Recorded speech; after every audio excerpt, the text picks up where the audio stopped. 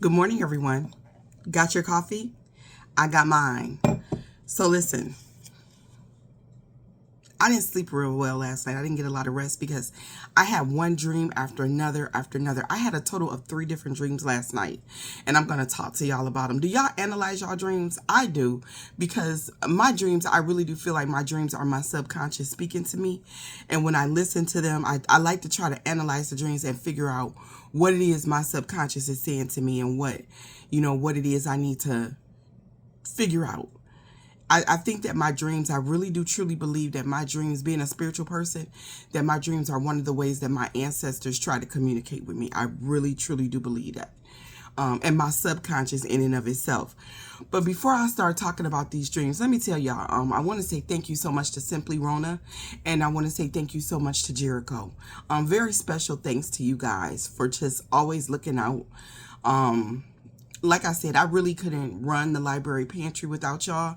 For you new people who have joined recently and you all are wondering what the Library Pantry is, the Library Pantry is just an endeavor that I started in my community because I wanted to get black children reading. I wanted to get those reading levels up, those literacy levels up. A lot of our children in our community cannot read. And if we, the black community, do not pour into our children will be left behind. I'm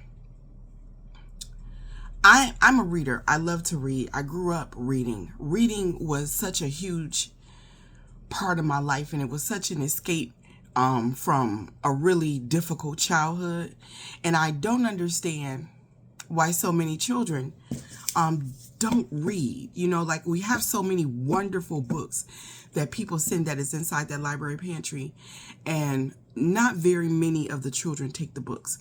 I mean, when I get a reader, don't get me wrong, my heart soars. It does, because I know what reading did for me as a kid. Reading truly is fundamental. And a lot of you all, your kids, it's just the truth. Your kids can't read. And your kids can't read because the teachers in the schools, their hands are tied. They can only teach so much. And they are not in charge of what they teach your kids. I know you would think that they would get it all in school, but they don't. A lot of these, the state is in charge of what your child learns in school and when. And if you live in a red state like I do, they don't care about your black child and what your child is learning. And they want your child to be uneducated. They want look at the dismantling of DEI and affirmative action. They want black people to fail, and that starts with our children. And when I post a little small sign up in the Library Pantry reminding the kids that, they can only take so much, or they can only, come here once per day, and one child who should be old enough to read a very simply worded, I make sure that they're simply worded, because I know that these kids can't read. And they say to the other child, well, what does that sign say? And I promise you, at that age, I could read several levels up, and so could my own children. And to see these kids not be able to read, you got to be able to read. Yesterday I was on my community forum, and there was a woman, a sister, and she was asking people about job opportunities. And this woman wanted to know what were the job opportunities, where the job opportunities were, how to apply, and when to apply. She literally was incapable of doing any of that work for herself. And when you can't read, you are very, very limited. And a lot of people are saying, I'm applying for these jobs. And I wanted to say so bad that the reason why a lot of you all are not getting these jobs is because even though this country wants workers and not thinkers,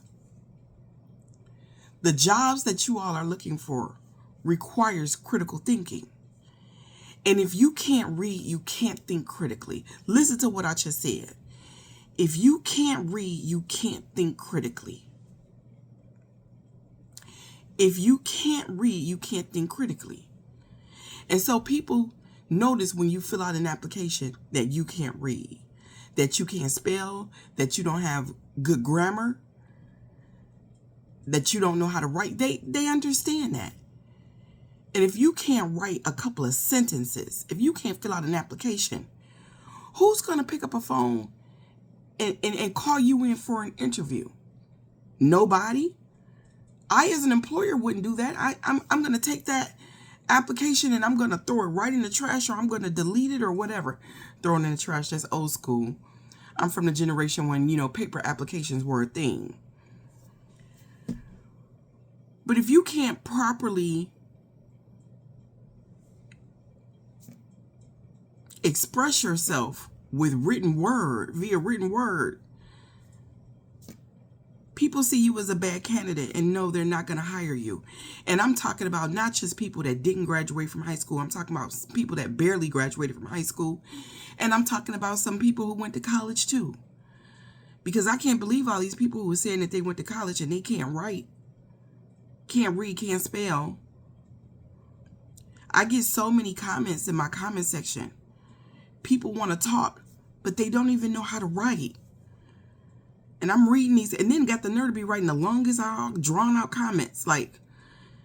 And I'm only getting about maybe a third of what it is, grasping a third of what they're saying, because they don't have good grammar. And your kids are exactly the same way. So this is what started the Library Pantry. My concern for Black children and them being left behind, the school to prison pipeline. And that's where this endeavor came from. And then it morphed into pantry items because, my neighborhood is not a rich neighborhood. And then, we got a few cancer patients. Well, a couple cancer patients. Then we got some single moms that were struggling with diapers and formula and baby food. And then we got a lot of high school kids that didn't have a lot after they came home from school. And they would grab things, microwavable meals, and it just kind of took off. And I didn't know how badly my community needed this until I did it. Just trying to be an answer for people. So that's what the Library Pantry is. Plus, there are other videos that are actually labeled the Library Pantry. That's another thing.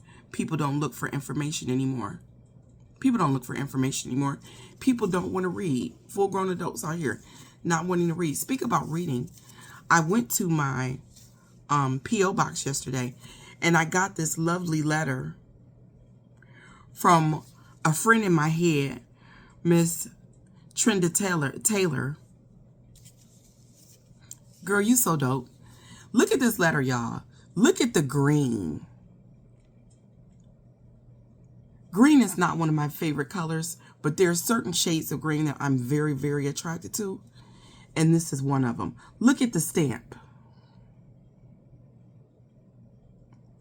Is that not dope?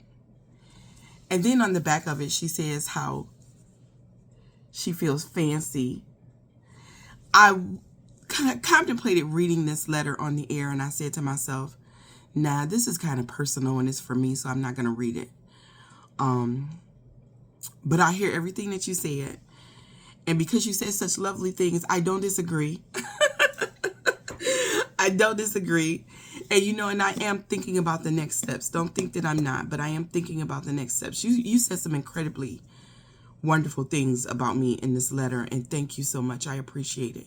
And I hear you, sister. Thank you so much. Thank you. I am thinking about the next steps, particularly as it pertains to Canada, because I still have that going on. And that is the biggest move that I'm getting ready to make. By the way, one of the dreams I had about because I have a trip scheduled real soon to go back home. And there are a couple of family members that, I still love and I do miss. And I was thinking about reaching out to them while I was there. And my husband was like, well, is that going to stir shit up? And I was like, probably, because they probably can't keep their mouths shut. And I had a dream. One of the dreams that I had last night was about my mother. And whenever I have a dream about her, she always comes across as always upsetting, because she always comes across as hostile in my dreams. You know, let me just say this about that. You know, when people decide to go no contact, and this is one of the reasons why I'm deciding to not. I feel a little bit guilty about going back to Michigan, going back to Detroit, and not reaching out to a single family member. And I know that that's where this dream is coming from. That's what my subconscious is telling me. It's not her, it's the other family members. But she is the thing that's preventing that, because I know that these family members, what they will try to do is that they will try to get us in a room, because they've always tried to do that with family functions and get-togethers. And, and like my cousins, they know that they can't invite me to a get-together, because if the word gets out that I'm going to be at that get-together, my mother will break her neck trying to get there and try to start some shit. That's just who she is. Now, I get that it is hard for relatives. My going no contact with my mother, and I've been like on maybe about 15, 16 years of no contact with my mother. My oldest son, he has grown to accept it. He accepts it. And their relationship is their relationship. I try not to interfere with that. As long as he doesn't bring it to me, I don't mind. And my youngest one, as soon as I think that he has accepted it and he gets there, because she's kind of that way with him too. I think that eventually he's going to get to a point where he goes no contact with her, because I suspect that he is the person that she has transferred all of her negative feelings about me onto my youngest son. So every once in a while he explodes with her and he says that, I understand, I get it. And then the next thing you know, it's like, all I want for my birthday, he gets very manipulative, and it's like, look, it's just for the two of you all to get in the room. And if you could just call her, and it'll never happen. It'll never happen. My no contact, I went with no contact on my mother I went through therapy for that. My therapist 100% agreed with the no contact. So my going no contact, it wasn't the first extreme. It was the last extreme. It was the last thing that I tried before I determined that this relationship was harmful to my psyche. Now, you're always going to get those people that's going to say, well, that's your mother and you only get one mother. But just because someone is our mother or our father or our sister or our brother doesn't mean that they get to be harmful to us. It doesn't mean that we have to stand there and allow them access to harm us. I get that there are people who love me and love her, and it is difficult for them, like my youngest son. I get that. But he is going to have to grow up. He is in his 30s now. He is not a child. He is not a boy. He is a man. And he is going to understand that his mother and his grandmother are no contact. And that's what it's going to be.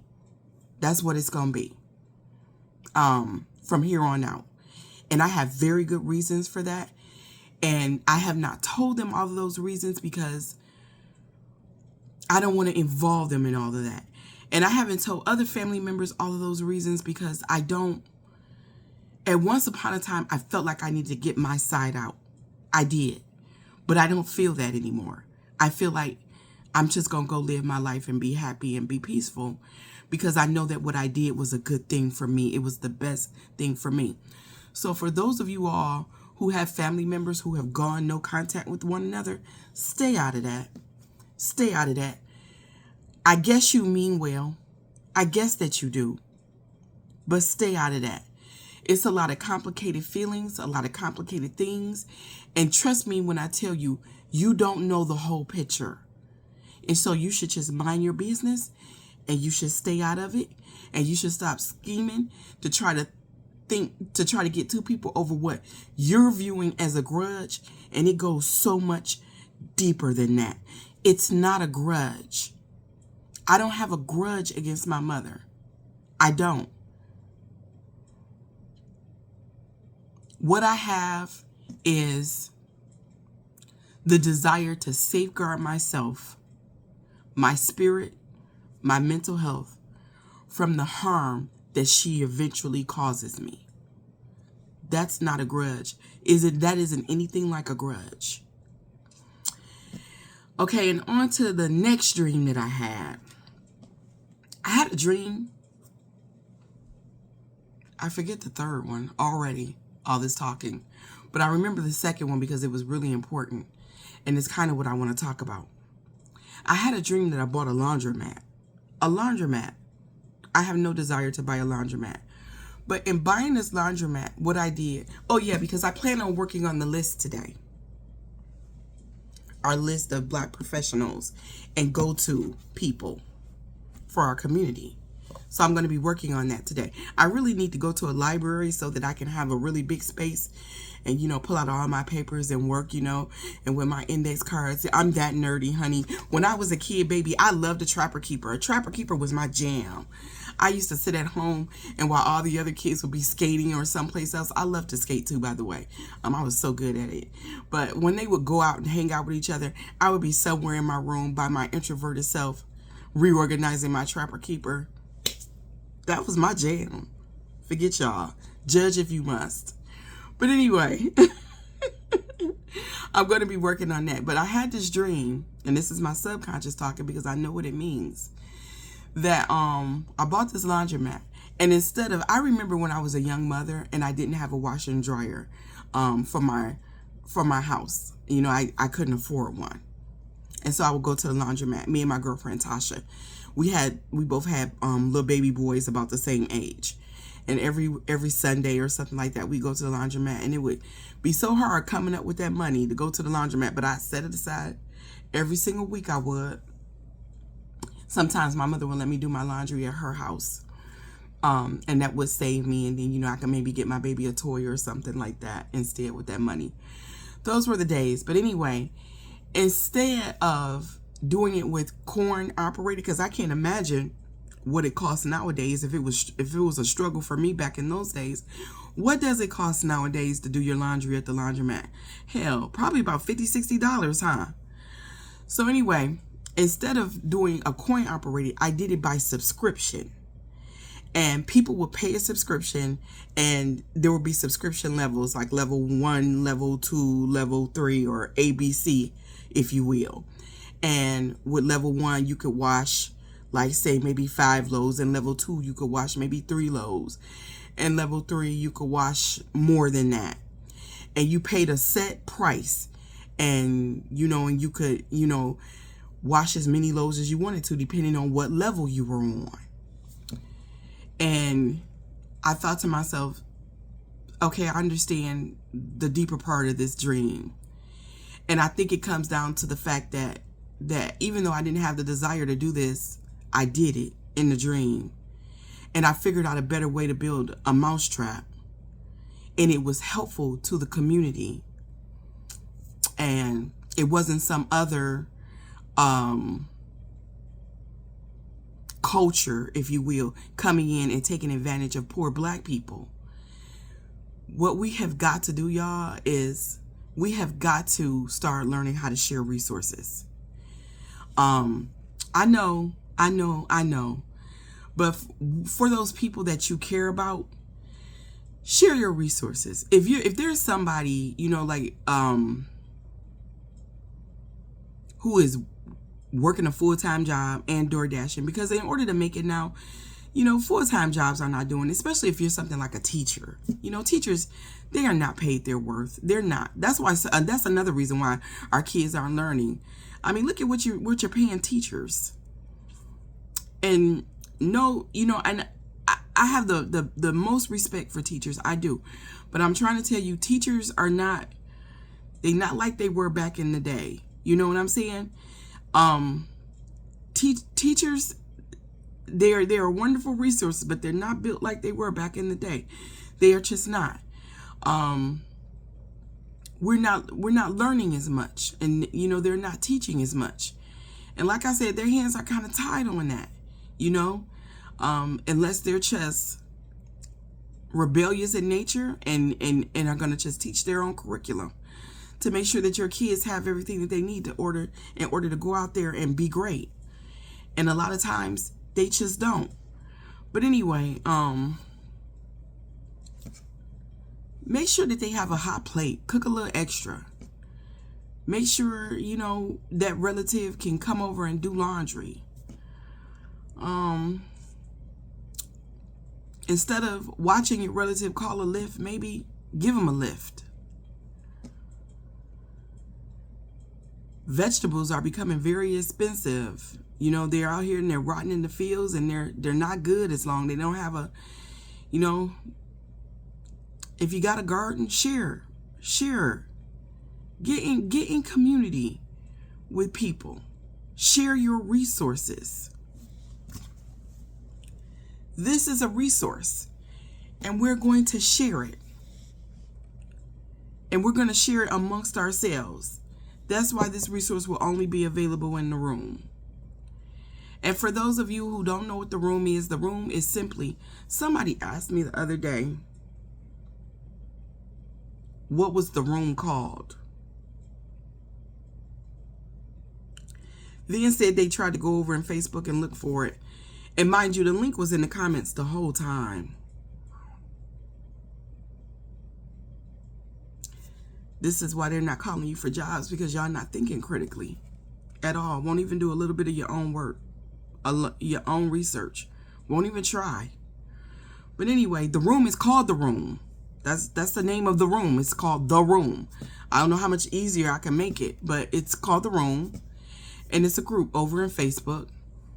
And it's a group where there are only black people. There are no white people. There are no Latinos. There are no Hispanics.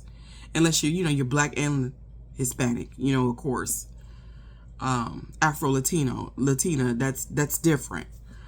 But it's a room of black people, and we just discuss the stories and shoot ideas to back and forth, play on each other's ideas. And we do that without the opinions of other groups of people. We're just free to be black as fuck over there. And if you do not have a Facebook account, it is what it is. I don't need to hear that. And if you're not on Facebook for whatever reason, it is what it is. I don't need to hear that. But that is where the group is. And that's where the group is going to be. And I can't accommodate every fucking person on the planet with all of these special demands and requests. It is what it is. And we're over there as a group. But we have to learn how to share our resources, because it's getting worse out here. And it's going to get worse. And this administration is going to do its best to make it worse, especially for our people. And it is very crucial that we be in community with one another. And a lot of y'all, just to put it plainly, don't know how to be in community with other black people. And we will try to have patience with you all. But lately, I've been noticing, the older I get, the smaller my patience has been getting, the thinner it is becoming.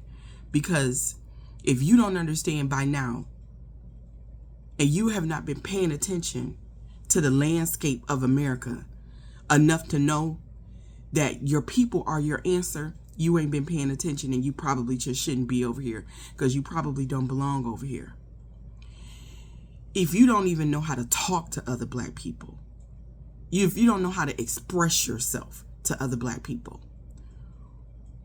respectfully, you don't belong over here. You're not ready to be over here. You're not ready to be in community. This is a community that we have built. And for you new people that have come along, that have found me for whatever reason, whether it's through Tabitha Speaks Politics, if it was because the algorithm got you, if it was because somebody recommended you, know that we are a community here. And if you don't like the way that I express myself, because I do cuss, I suggest you be a fucking adult and fuck off. Because we cuss over here. We do. Just in general, not at each other, because like I said, it is about respect.